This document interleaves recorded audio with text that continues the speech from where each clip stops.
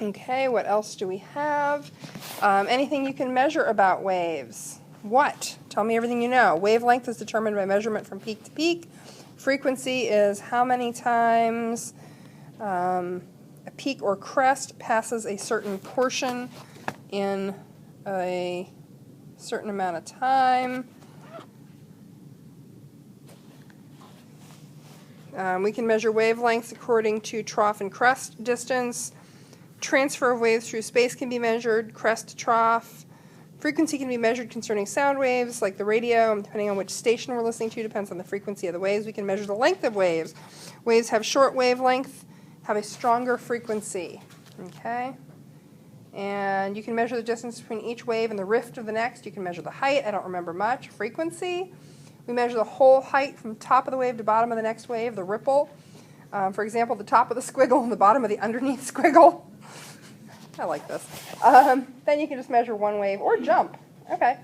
We can measure height, speed, frequency. All right. Anything else you'd like to add? Nope. Nope. I remember doing waves. I can't think of all the things. It'll come back to me. Nope. I don't remember much. Some waves are considered dangerous to human life. To illustrate, ultraviolet light rays have been linked to an increasing risk of developing skin cancer. I need to learn more about them. Waves cause physical movement, sound, energy, light. Different lengths produce different visible colors. Nope, nope, don't know much. Okay. All right, so that's, most of you have some of the basic terminology for waves down, the trough and crest of a wave. A lot of you remember that you can measure height. The word frequency came up a lot, so a lot of you are recalling that. We're going to, and somebody put in, what was it, transversal, I think was how they put it in. We're gonna come back to that. So here we're talking not only about the kind of waves you've studied in the past, because of course in real physics we have to complicate things. So we're also going to talk about vibrations and something that's new to you, which is simple harmonic motion.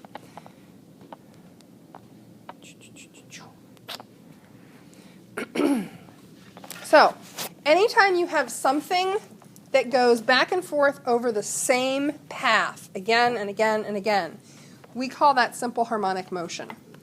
And, you know, a wrecking ball, which that isn't the same as the song, but we can talk about lots of things that are simple harmonic motion. Kids on swings and trapezes, a pendulum and a clock, and I'll affix a pendulum here. We'll get this one going. It doesn't have the best hook. Hopefully it holds. So you made some pendula in your labs. That's simple harmonic motion. But the one that we usually start off with anyway in physics, because it's really easy to visualize, is the mass on a spring. Because we stick a mass on a spring, and like magic, it just does that. And it will keep doing that for a really long time. And we can change how big a motion we see by changing the mass.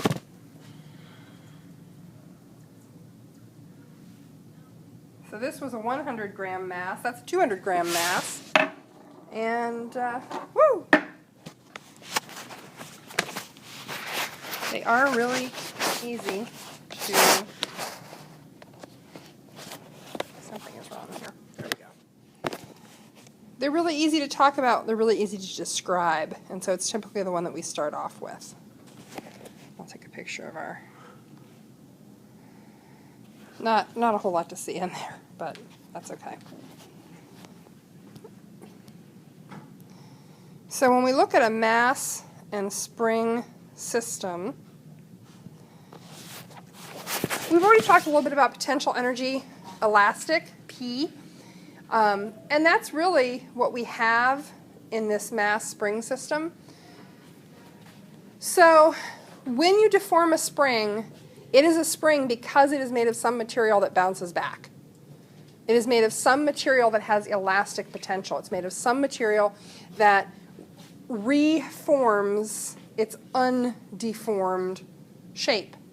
And that's all that this spring is trying to do, is reform its undeformed shape. The undeformed position is the equilibrium position. Okay. So remember using X from elastic potential energy, where X was the amount of deformation in the spring. You know, if the spring is deformed by 50 centimeters, that's 0.5 meters equals X. It's the amount of deformation from the equilibrium position.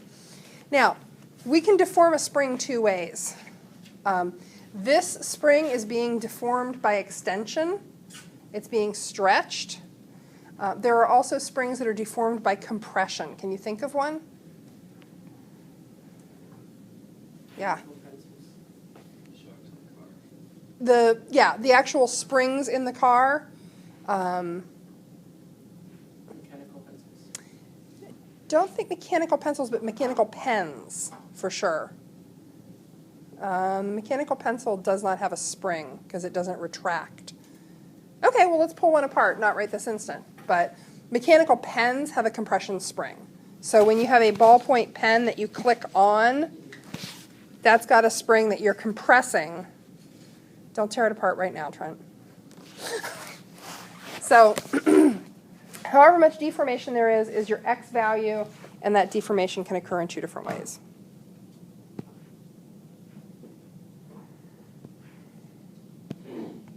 For that entire discussion. Fabulous. Okay, so basically it overshoots, it drops past equilibrium due to force of gravity. You've got force of gravity pulling it downward. You've got spring force pulling it upward. And it overshoots equilibrium because of its momentum. So we end up, again, in either case with oscillation around equilibrium. That's what we call harmonic motion. Okay, so just to sum. Okay, when we have a spring that is not deformed at all, X, which is the amount of deformation, is equal to 0.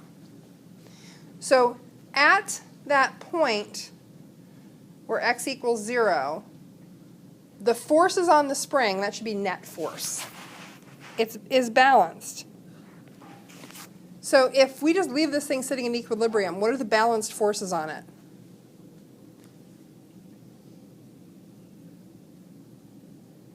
What's the force pulling it? Remember, net force is on the y-axis. Force is up, force is down. What's your force down here? Gravity. What's your force up? Spring force. Restoring force, however you want to put it. Okay, so at that undeformed position, forces are balanced. Acceleration of the mass for a moment is 0, but the velocity of the mass is at a maximum, which is why it overshoots. That's why it shouldn't have said velocity is 0 on the other slide. So when the spring is at maximum deformation, and that happens twice in its travel path, where? Bottom and top. Yeah, that's maximum deformation. So at a maximum value for X, the force is at a max. The acceleration is at a max. And there's a moment, top and bottom, where velocity zeros. Okay. Okay. So we know that when we get this mass down to the bottom of flight and it returns, it doesn't stop at equilibrium, it overshoots it. And because of that, it just oscillates around that equilibrium point. If there was no friction in this world, thank goodness there is. If there was no friction in this world, this would never stop. It would just keep going. So friction actually retards the motion of the mass. Let's see if I can get that on there. That's a better hook. And eventually this thing will come to rest. One of the little games that physics students always like to play is seeing how long it takes this thing to come to rest. We can also do, come on, this. Maybe. Maybe. No, we can't. But we can do this. Add 100 grams. Okay, so we now, it has a larger X value. Dampening of vibration is what causes the system to slow down. So you mentioned the shocks in a car. In a vehicle, who's ever been underneath a vehicle and seen the big coil springs? Okay. You should all get under a vehicle and look at big coil springs. So under most vehicles, you have a large coil spring that comes up from the suspension on the tires, which means that when you go over a bump in the road, that spring vibrates, and that means your tire stays in contact with the road. Well, how come it doesn't just continue to vibrate? Boing. The oil dampers. Well, the shocks. So you have shocks and struts. Oh boy, I always get these confused. The shock absorbers. It's a column that rests inside this spring, and that column dampens vibration. So basically you have, and yeah, typically they're oil filled. I think there are maybe some other media, but they're filled with something that provides a dampening effect on the vibration of that spring. So instead of going boing every time you hit a bump in the road, it goes boing, and then the vibration is dampened. In a vehicle that needs shocks, one of the classic tests, many of you are at the point where if you haven't bought a car yet, a used vehicle, at some point you'll be going out used vehicle shopping, and my dad would always walk up to used vehicles and walk up to the corner of the front bumper and take his foot and go, stomp! Why? What are you testing? Well, what you should see is bounce, stop. If you see boing and it just continues to oscillate, it needs shocks because there's nothing dampening the vibration of the springs. Okay, so that's damp, and we can dampen this if we put this. If we put a cotton sleeve around this spring, that would dampen the vibration. I'm dampening the vibration right now with my hand. It comes to a stop much more quickly. What force am I increasing on this spring? Friction, right. And friction is an effective dampening. There are internal frictional forces as well as friction from air that dampen this thing and cause it to stop. Okay. So restoring force, and I think I cheated and used that word ahead of where we should have. It's the force that the spring exerts to get everything back to equilibrium. It does get called spring force. Be careful, however, about doing that. Why? Force of static friction. So if you're gonna call it spring force, you want to actually write spring because F sub S is sort of reserved for force of static friction. You can also write restoring force F sub R.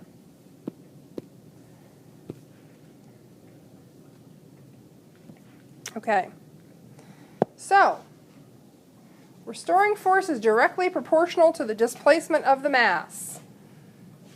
This makes perfect sense. The larger the amount of deformation, the more force this thing builds, in essence, to snap back at you. And you can think about this with relation to potential energy elastic. The bigger your X value, the more potential for work being done. The further you pull this thing, the harder it's going to hit you if you let go of it. When you do the bungee lab, you have to wear eye protection because you'll spend some time measuring K values. And you did a little bit of this the very first day we talked about potential energy. I handed you some bungees and had you measure some K values. But basically, the farther you pull it back, the more force it has to return. The littler the amount of deformation, the less force it has to return. Oh, I love the Viking ride. No? Okay. It is I agree, it's terrifying, but it's the kind of terror I can deal with. So any periodic motion, this is the definition right there of simple harmonic motion. Any periodic motion which results from restoring force which is proportional to displacement is called simple harmonic motion. So if you have a motion which is resultant from a restoring force that is proportional to displacement, that's simple harmonic motion. it's always back and forth over the same path. Now, that's in an ideal world. If we look, for instance, at this pendulum, you all know this trick, right?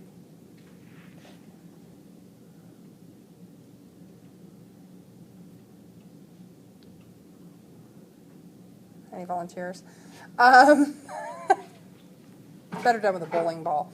But we see some wiggle, and we also see some wiggle in this, especially if I pull it a little bit. We get some sideways, some lateral motion. Remember that all of these definitions are in a perfect world. So, because this wiggles a little bit side to side, does that mean it's not simple harmonic? No, it means that we're getting some lateral motion. But if we were controlling all things, we wouldn't. So this gives us Hooke's law. It's the first new formula you've had in quite some, well, you had some last chapter, I guess, but the first new formula for this chapter. The force, that restoring force from the spring, is equal to its K value times the amount of deformation it has. And it's equal and opposite because, of course, if the deformation is this direction, the restoring force is that direction. So the magnitude is equal to kx, but it's in the opposite direction of the x. And this is for small displacements. I don't know if your book clarifies what small displacements are.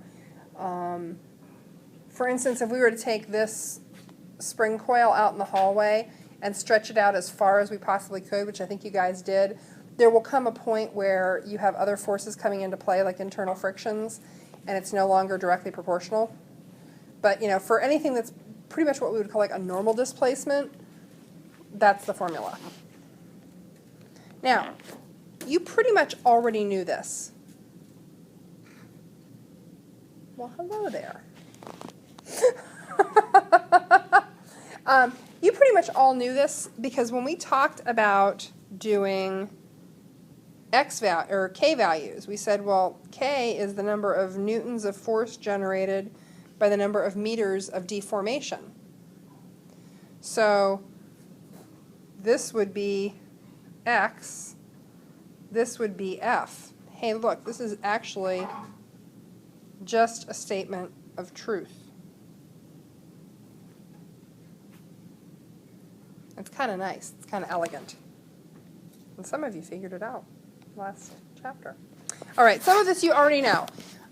So force of the spring is negative kx because the force is in the opposite direction from displacement. The spring moves back and forth, or moves back towards, spring force always moves it back towards equilibrium. Then we have the overshoot issue. You already know this. Higher K value, stiffer spring, generates more force when it hits you. Lower K value, softer spring, doesn't hurt so much when it snaps you in the face. For the bungee lab, I am looking at, and thank goodness for Amazon Prime 2-day shipping, I'm looking at 100-foot rolls of bungee material instead of using commercial bungees. So I'm going to get 2 with different thicknesses and hence different K values. And you'll be constructing your apparatus from any combination of those, which should be interesting. Okay, and we already did this. K is in newtons per meter, spring force is spring constant times displacement. Does it work? Of course it does. So we're going to start on the 12A sample problems. Okay, so we've got a 0.55 kilogram mass. It's attached to a vertical spring, basically the kind of setup we have here, and it stretches at 2 centimeters from its original equilibrium position. So this gets to that question of, is this equilibrium? For the unmassed spring, that's equilibrium. For the spring with the mass, that's its new equilibrium. So they're both considered equilibrium positions, but one is with the additional mass on it. What is the spring constant? So what we're given is the mass, we know gravity, of course, and we have the amount of deformation. Okay, so what's the force that's deforming the spring? It's the force of gravity, in essence. At equilibrium, they are balanced, but at the old equilibrium position, what we're saying is if we add that amount of mass, it changes the equilibrium. Okay, so the force of the spring is equal to the negative of kx, and we're looking for our k value. So force of the spring divided by x will give us the negative of our k value. And we could say, whoops, well, we could say the negative of x, force of the spring, will give us our k value. We're working with magnitudes here. So from our drawing, what we know about the force of the spring is what? Is it F elastic or F? You know what? We can make it F elastic. It's either one. It could also be called restoring force. So here, I can do that. Okay. So the spring force or the elastic force or the restoring force divided by the negative of the deformation is going to give us our k value. What do we know about that force, the elastic force, spring force, restoring force, from our drawing? Yeah, equal and opposite to gravity. So same magnitude, opposite sign. We know that gravity is equal to mass gravity, and we know that we had a 55 kilogram mass, so F elastic is equal to the negative of 0.55 kilograms. Did I say, I may have said something different? Sorry if I did. Oh, sorry. Times our negative 9.8 meters per second squared.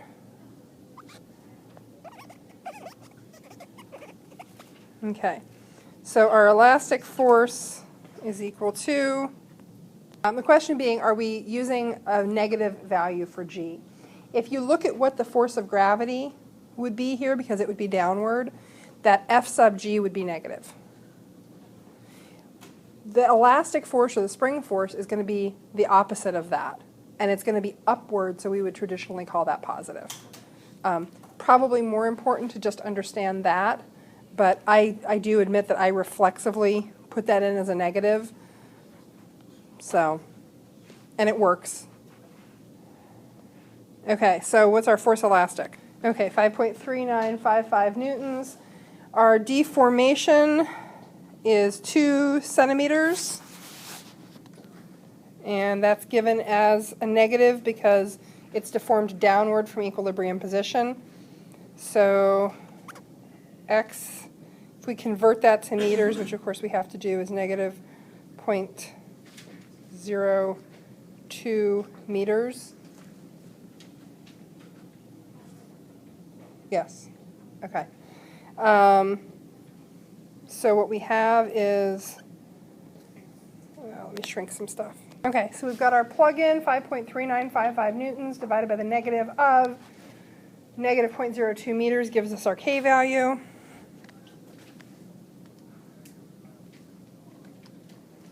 So we get a k value of, get a raw number.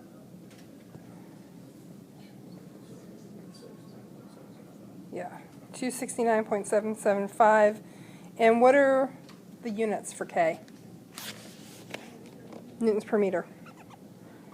Equal K. How many sig figs do we have? 2, it looks like. So this would be 270 newtons per meter is our K value. Pretty substantial K value. Okay. All of the 12A problems are assigned, so 12A numbers 1 through 4, that's on page 441, and I'll give you some time to work. So, you certainly did enough with mechanical energy in the last chapter. You remember it's the sum of potential and kinetic. And they tend to trade back and forth. We talked a little bit about this with a roller coaster, where at one point you've got high potential, low kinetic. Then as your potential drops, your kinetic increases. Again, as you come up the next hill on a roller coaster, your kinetic decreases, but your potential increases. In a lot of processes, we lose some to friction, and we lose mechanical energy. We don't lose energy overall. It's transformed into forms that we can't measure, forms we can't capture. Typically as heat, light, or sound. Who has spent time on wooden roller coasters? They're awesome. Lots of sound, lots of vibration. That represents a loss of mechanical energy. So all the clattering and the banging and the screeching and the squealing and the shaking is a loss of mechanical energy. It's going into other forms of energy, but we can't measure them. They're non-mechanical. So while we're not losing energy, we are losing mechanical energy.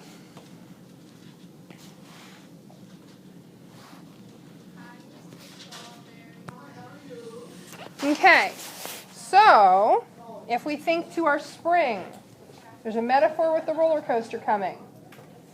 We have elastic potential energy stored in the spring.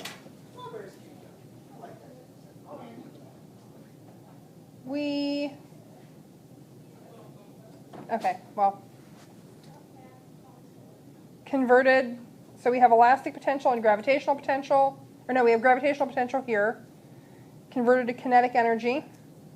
At the bottom, what kind of potential energy do we have? Elastic potential, converted to kinetic energy, converted back to gravitational potential, converted to kinetic. So it's the same thing as the roller coaster, it's just happening, this one all on the y-axis. We talk a lot about mouse traps. So in a mouse trap, the energy is stored in that, it's called a helical torsion spring. And it gets converted into, of course, kinetic energy once we set it into motion. If only there was a way to get a video to insert into this.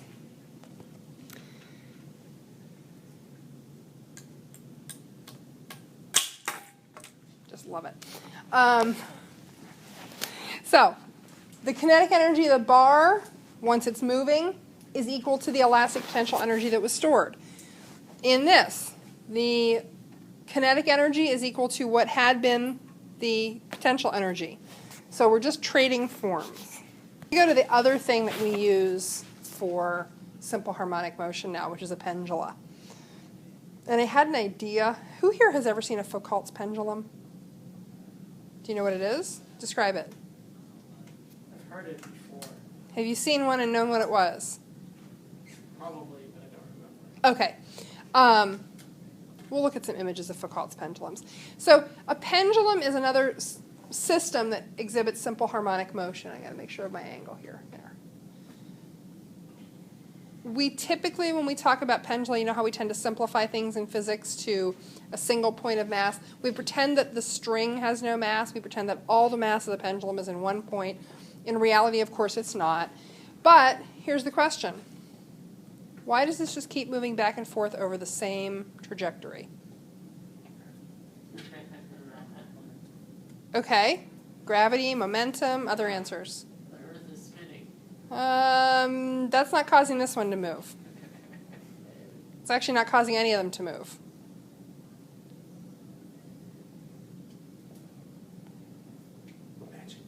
Magic. Elves. Okay.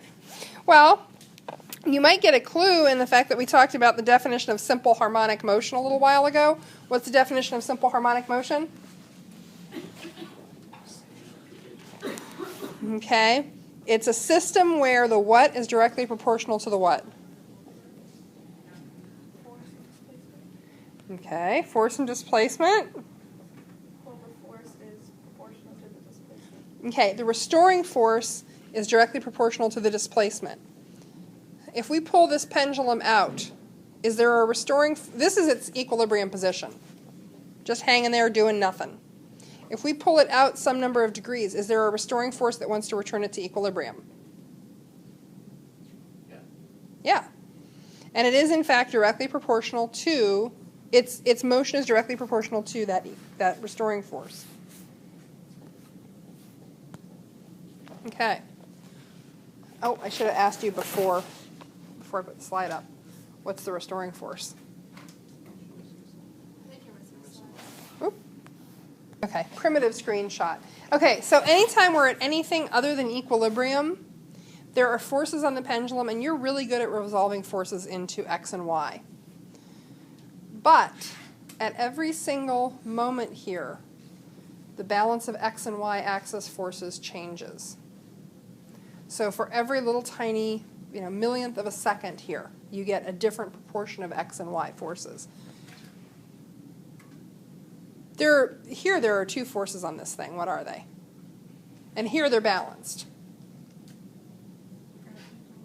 Gravity and not normal force, because this is on a string. Force of tension. Force of tension. Remember all those force of tension problems we did? So here we've got force of gravity, force of tension. When we get and force of gravity here is all on what axis? Y. All on the y-axis. There's no force of gravity on the x. When we move it to here, what happens? We have force of gravity on the x suddenly. What's the restoring force? What force is moving it back towards equilibrium? FGX. Yeah.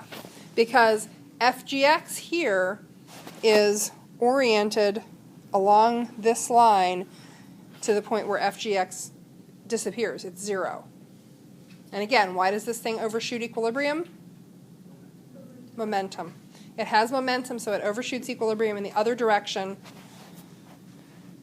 at which point the restoring force is... Where is the restoring force at its greatest in that path?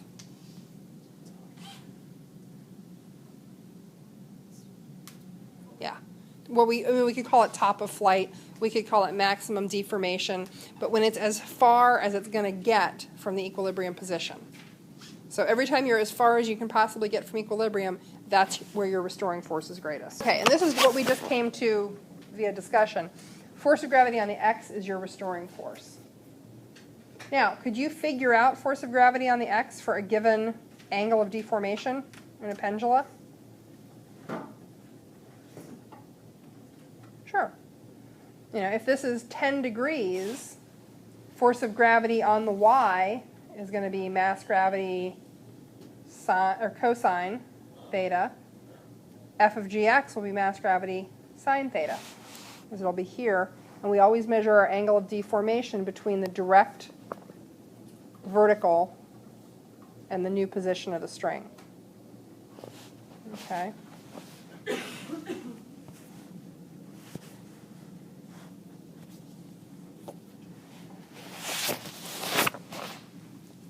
Restoring force varies with the position of the bob relative to equilibrium.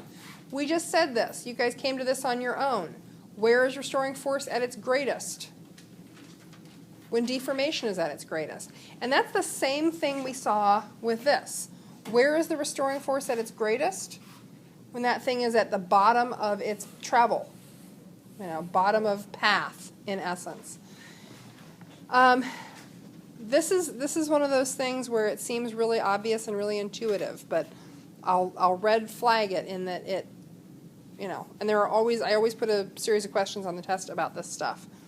So, here at equilibrium, what's the restoring force? 0. There is no restoring force. It's 0. Because it's already at equilibrium. It doesn't need any force to bring it back into equilibrium. This is kind of like the question, was it on the Chapter 4 test? For an object at equilibrium, what force is needed to bring it to equilibrium? None. There is no restoring force here. If we're out, so we said restoring force is at a maximum here. What is so where is velocity at a maximum? At equilibrium. Because it's going to overshoot equilibrium because it's got momentum. Where is velocity at a minimum?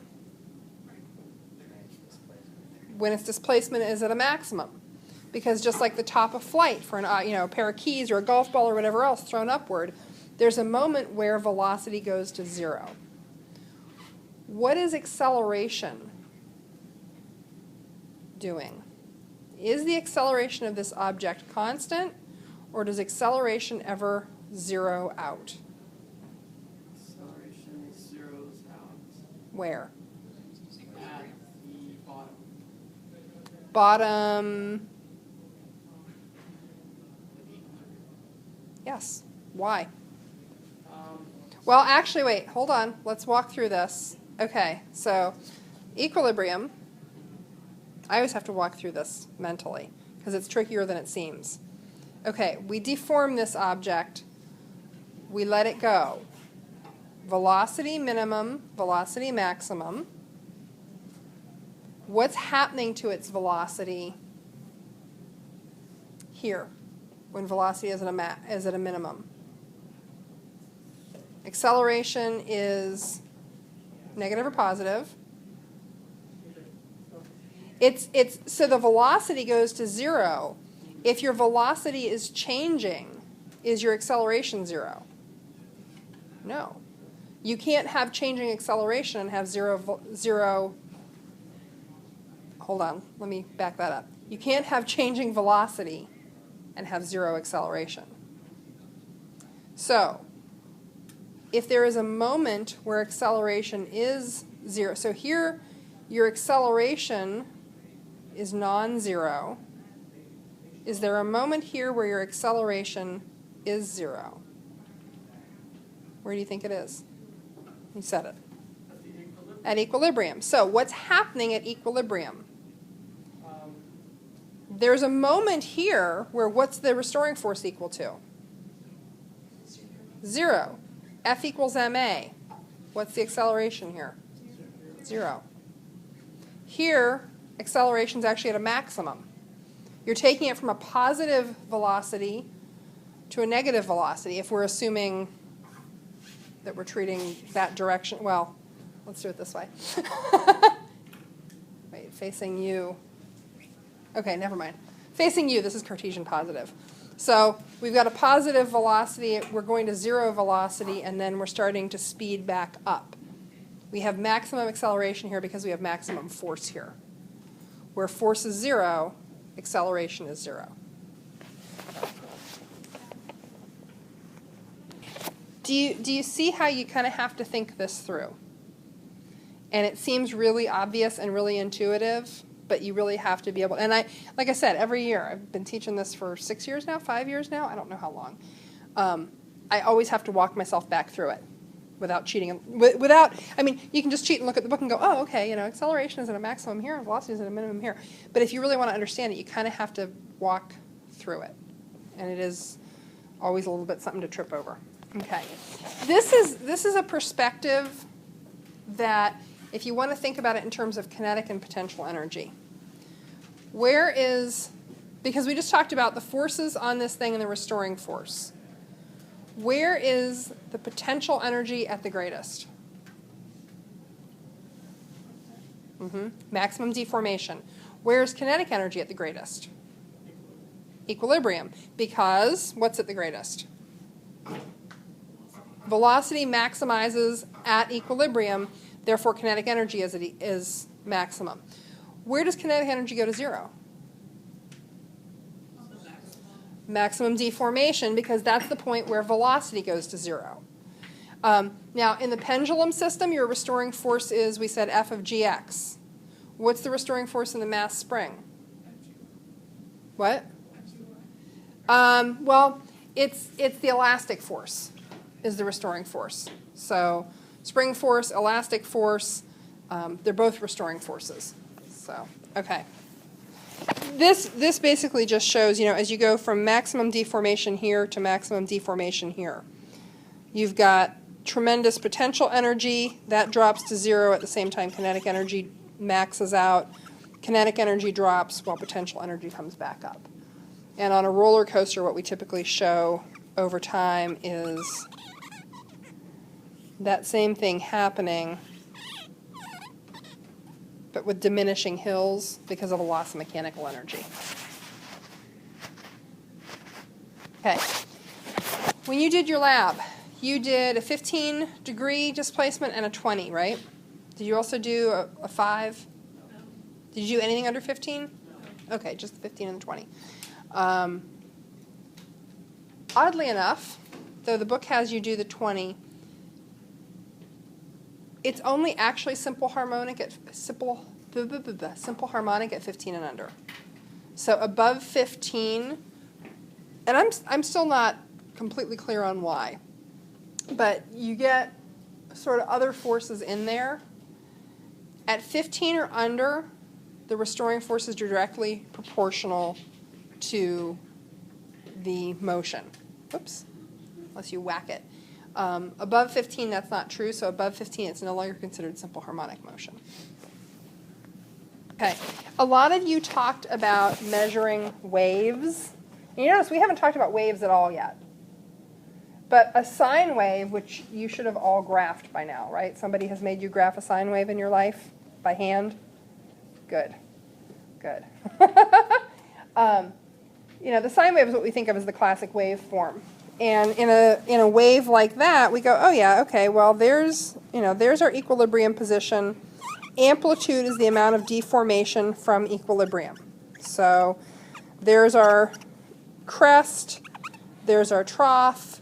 These are, the difference between equilibrium and the crest or trough is your amplitude. In a pendulum, equilibrium is straight down, amplitude is that maximum point of deformation.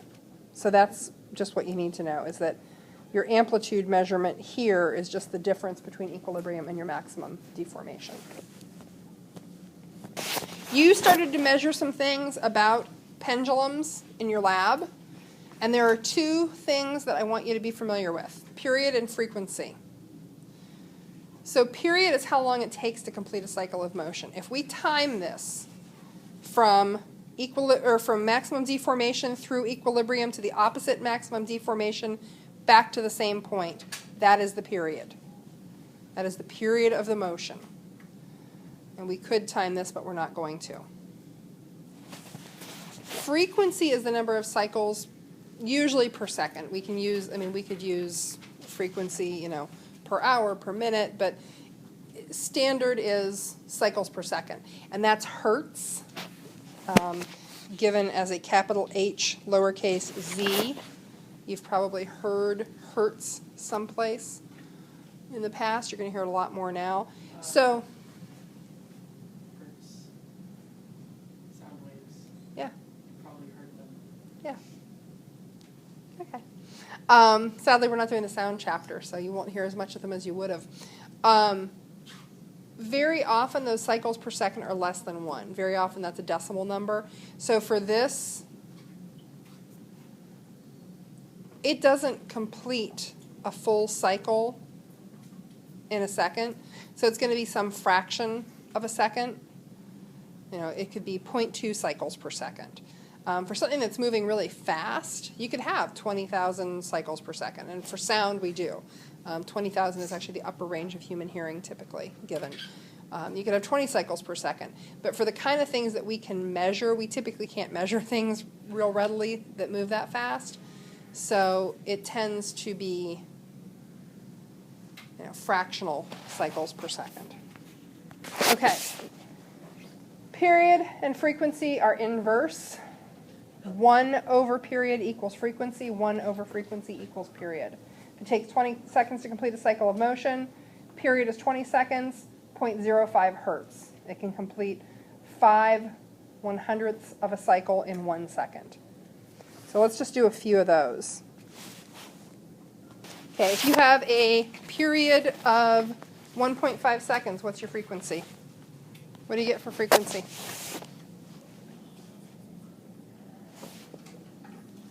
So T equals 1 over F. 1 over T equals F. For a period of 1.5 seconds, 1 divided by 1.5 seconds equals your frequency. You have a frequency of 0.6, well, we only have 2 sig figs, so 0.67 hertz is your frequency. Okay? So it completes basically 2/3 of a cycle of motion in a second. And remember, hertz, 1 hertz equals 1 cycle in 1 second. We're not going to get all the way through the pendulum stuff. We're going to start off tomorrow leading up to the 12B problems. And that's about all we got. So